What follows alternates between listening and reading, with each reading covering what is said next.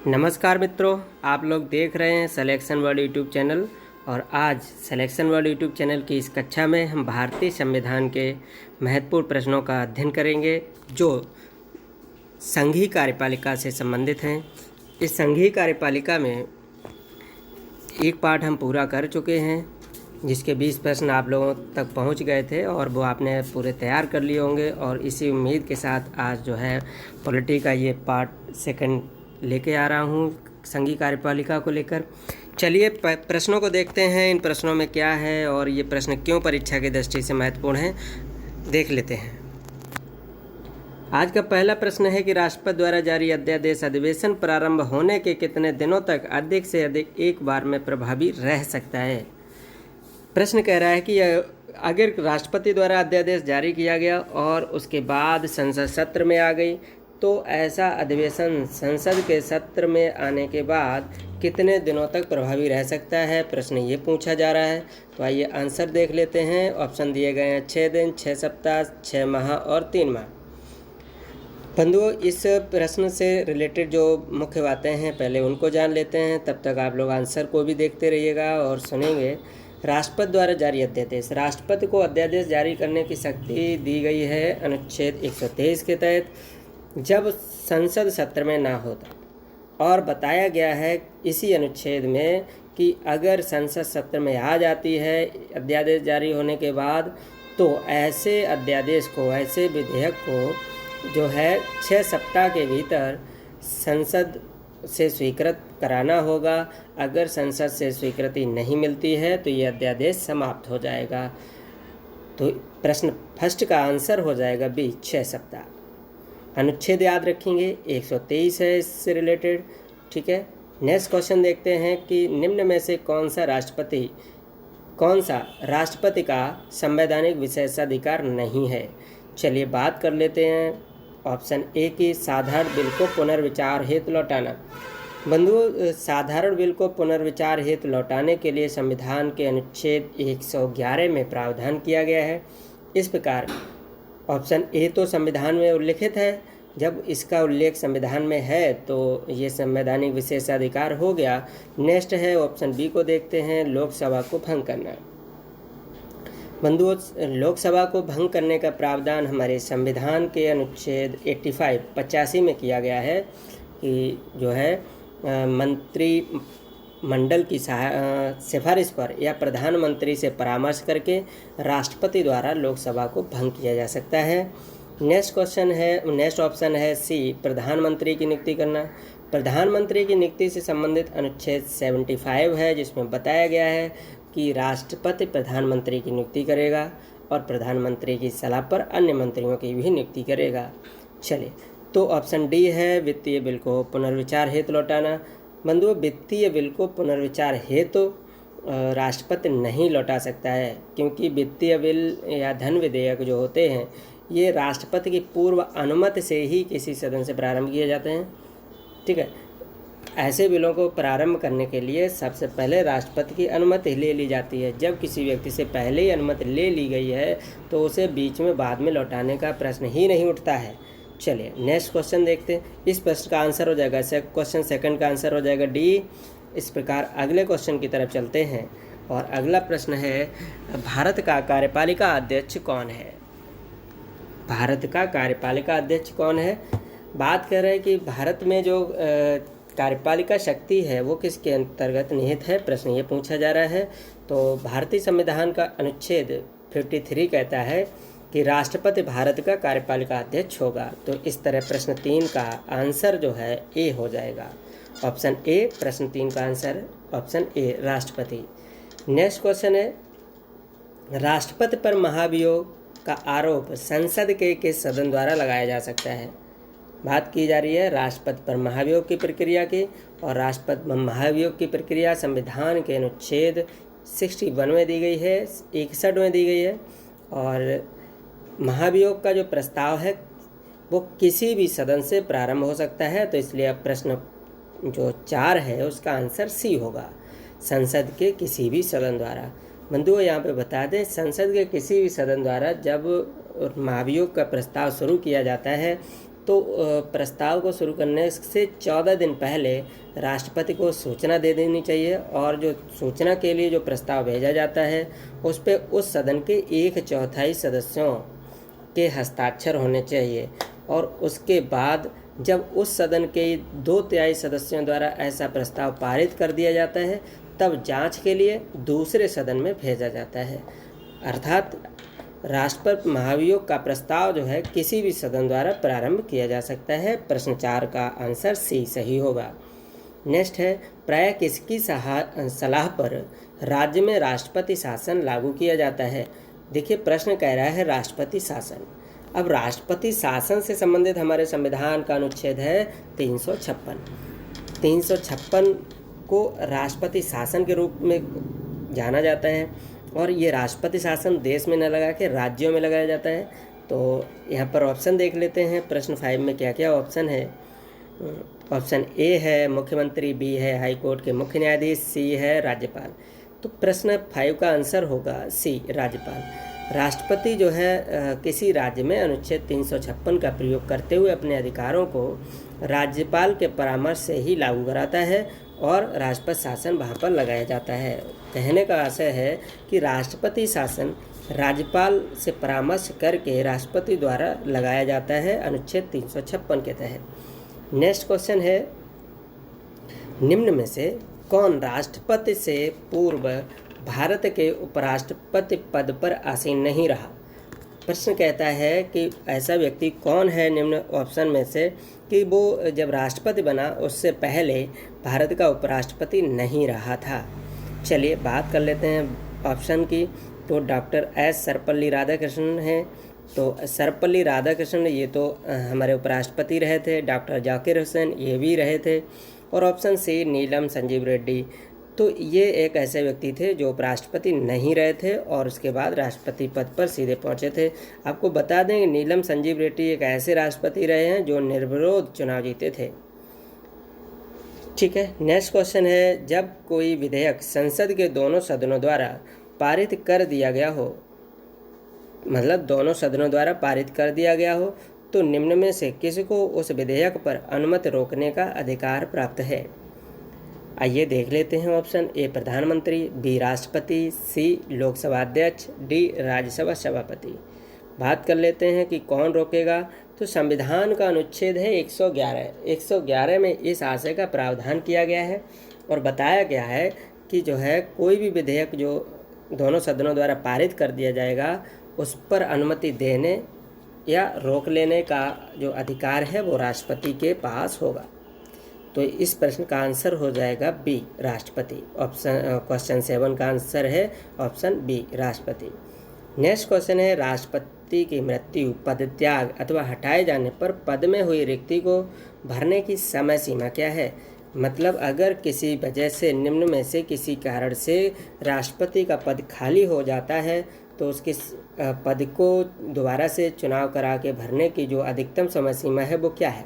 तो देख लेते हैं प्रश्न 8, और इससे संबंधित हमारे संविधान का अनुच्छेद जो है 62 है। अनुच्छेद 62 में ये प्रावधान किया गया और बताया गया है कि कितने दिन के भीतर पद को भर लेना चाहिए। तो इस प्रश्न का आंसर होगा डी 6 माह। ठीक है, चलिए इस तरह आपने आज के कुल 8 प्रश्नों को देख लिया है।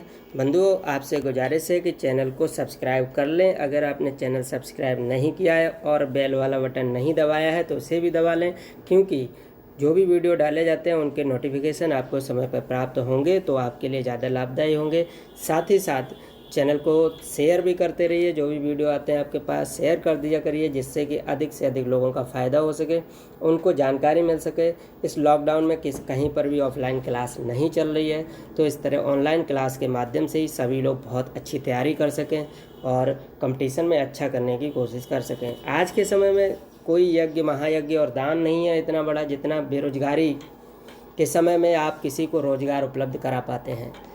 समस्या, देश की सबसे बड़ी समस्याओं में एक समस्या है बेरोजगारी, जिसका कोई समाधान नहीं है। कोरोना की भी एक दिन वैक्सीन बन जाएगी और उसका समाधान आ जाएगा, लेकिन स्वतंत्रता के बाद से और अभी तक हमारे देश में ऐसी कोई व्यवस्था नहीं बनी, ऐसी कोई वैक्सीन नहीं बनी जो बेरोजगारी को समाप्त करती हो।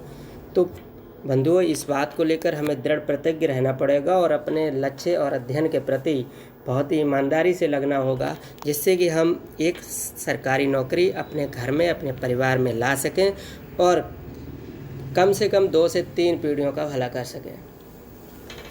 अगर आप अपने परिवार के लिए ज़रा भी सोचते हैं, थोड़े से इमोशंस रखते हैं, थोड़ा सा रेस्पेक्ट रखते हैं उनके लिए, तो ईमानदारी से आप लक्ष्य के प्रति जुड़ जाएंगे और अपने लक्ष्य को प्राप्त करने के लिए हर चीज़ को ईमानदारी के साथ करते रहेंगे। आइए चलो शुरू करते हैं, अगला क्वेश्चन देखते हैं।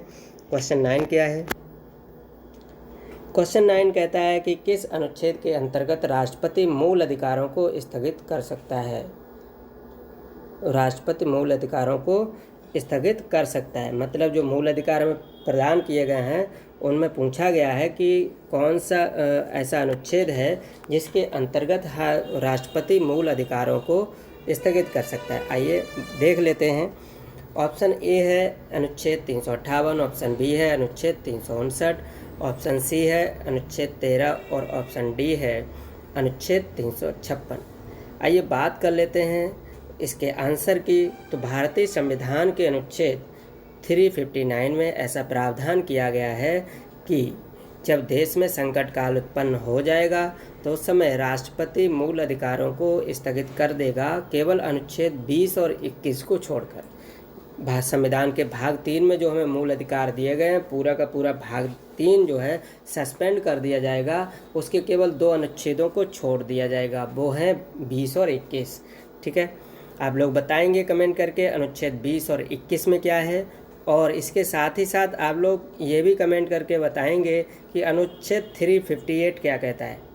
359 में मूल अधिकारों को स्थगित करने की बात कही गई है। अनुच्छेद 13 में राज्य शब्द को परिभाषित किया गया है और अनुच्छेद 356 में राज्य में राष्ट्रपति शासन की व्यवस्था की गई है। तो आप लोग बताएंगे कि इसमें क्या किया गया है। अनुच्छेद 13 में मूल अधिकारों से असंगत विधियों को अल्पीकरण करने की बात की गई है कि अगर मूल अधिकारों से संबंधित कोई विधि है तो उसका अल्पीकरण कर दिया जाएगा, जबकि राज्य शब्द अनुच्छेद 12 में परिभाषित किया गया है। प्रश्न 10 कहता है निम्नलिखित में से कौन सा असंगत है? मतलब रीजनिंग की तरह ये प्रश्न है तो जीएस का रीजनिंग की तरह फॉलो करता है कि निम्नलिखित में से कौन सा एक शब्द है जो अन्य से डिफरेंट है, अलग है, बेमेल है। तो आइए देख लेते हैं। ऑप्शन ए है राजेंद्र प्रसाद, बी है एस राधाकृष्णन, सी है जवाहरलाल नेहरू। आंसर देख लेते हैं। डॉक्टर राजेंद्र प्रसाद एक राष्ट्रपति थे, एस राधाकृष्णन भी एक राष्ट्रपति बने, जबकि जवाहरलाल नेहरू अलग हो जाएंगे क्योंकि ये प्रधानमंत्री रहे थे। तो प्रश्न 10 का आंसर हो जाएगा सी, जवाहरलाल नेहरू। प्रश्न 11 कहता है कि 2 लगातार अवधि के लिए राष्ट्रपति बनने का गौरव किसे प्राप्त हुआ था? आप लोगों को बहुत अच्छे से पता होना चाहिए कि लगातार अवधि के लिए राष्ट्रपति कौन बना था। यहाँ पर राष्ट्रपति की बात हो रही है, आप प्रधानमंत्री पे नहीं चले जाएंगे। फिलहाल ऑप्शन में जवाहरलाल नेहरू नहीं है, नहीं तो आप कंफ्यूज हो सकते थे परीक्षा हाल में कि जवाहरलाल नेहरू लगातार 2 अवधि के लिए प्रधानमंत्री बने थे। चलिए, ऑप्शन ए है doctor Zakir Hussain, option B है एस राधाकृष्णन, ऑप्शन सी है राजेंद्र प्रसाद। आप लोगों को बता दें इस प्रश्न का आंसर होगा सी, राजेंद्र प्रसाद 2 लगातार अवधि के लिए राष्ट्रपति बने थे। ठीक है, नेक्स्ट क्वेश्चन है भारत के राष्ट्रपति ने किस मामले में अपनी वीटो शक्ति का प्रयोग किया था? भारत के राष्ट्रपति ने किस मामले में अपनी वीटो शक्ति का प्रयोग किया था? चलिए ऑप्शन चेक करते हैं। ए है हिंदू कोड बिल, बी है दहेज प्रतिषेध बिल, सी है भारतीय डाकघर संशोधन बिल या विधेयक। तो आइए बताते हैं। क्वेश्चन 12 का आंसर होगा सी, भारतीय डाकघर संशोधन बिल।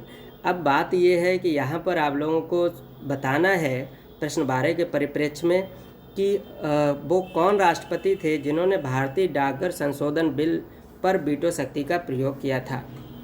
चलिए, नेक्स्ट क्वेश्चन है राष्ट्रपति किसकी सिफारिश पर लोकसभा भंग कर सकता है? पूछा गया है कि राष्ट्रपति को किसकी सिफारिश की ज़रूरत होगी लोकसभा को भंग करने के लिए।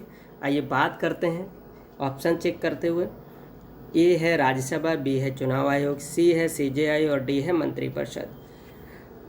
हमारे संविधान के अनुच्छेद 85 में इस बात का प्रावधान किया गया, बताया गया है कि राष्ट्रपति को लोकसभा भंग करने के लिए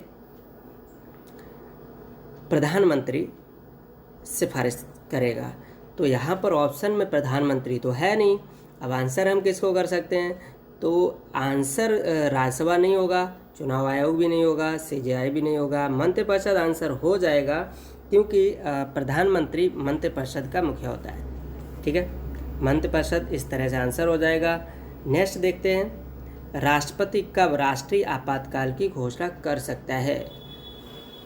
राष्ट्रपति कब राष्ट्रीय आपातकाल की घोषणा कर सकता है, मतलब पूरे कंट्री में इमरजेंसी कब लगा सकता है राष्ट्रपति? तो आइए ऑप्शन देखते हैं। ए, सशस्त्र विद्रोह के आधार पर, मतलब हथियार सहित विद्रोह हो जाए, लोग हथियार लेके रोड पे निकल आए पूरे देश में, उसके आधार पर। दूसरा बी है बाहरी आक्रमण के आधार पर, सी है युद्ध के आधार पर, और डी है उपयुक्त सभी आधारों पर। चलिए पहले हम बात कर लेते हैं आंसर की। तो ये जो है प्रश्न 14 में जो बात कही गई है वो भारतीय संविधान के अनुच्छेद 352 से संबंधित है, और इस तरह से इस प्रश्न का आंसर होगा डी, उपयुक्त सभी आधारों पर राष्ट्रपति देश में आपातकाल लगा सकता है। बंधुओं, मैं आपसे एक प्रश्न करता हूँ इसी प्रश्न के परिप्रेक्ष्य में, जो ऑप्शन ए में दिया गया है कि सशस्त्र विद्रोह शब्द हमारे मूल संविधान में नहीं था, इसे आंतरिक अशांति शब्द के स्थान पर शामिल किया गया है। अब आप लोगों को प्रश्न जो है वो ठीक से सुन लीजिएगा कि सशस्त्र विद्रोह शब्द आंतरिक अशांति के आधार पर संविधान में शामिल किस संविधान संशोधन द्वारा किया गया, ये बात आपको कमेंट करके बतानी है। नेक्स्ट क्वेश्चन है, भारत के उपराष्ट्रपति को पद से हटाने का प्रस्ताव किस सदन में प्रस्तावित किया जा सकता है? बात है उपराष्ट्रपति की, यहाँ पर ध्यान से पढ़ेंगे, राष्ट्रपति नहीं पढ़ लेंगे। आप लोग बहुत जल्दबाजी में रहते हैं और इसी वजह से कई सारे प्रश्न आप गलत कर बैठते हैं। उपराष्ट्रपति की बात हो रही है यहाँ पर पद से हटाने के लिए, और पूछा गया है किस सदन से ऐसी कार्यवाही प्रारंभ हो सकती है। तो ऑप्शन देखते हैं, ए है लोकसभा में, बी है राज्यसभा में, सी है किसी भी सदन में, और डी संयुक्त बैठक में।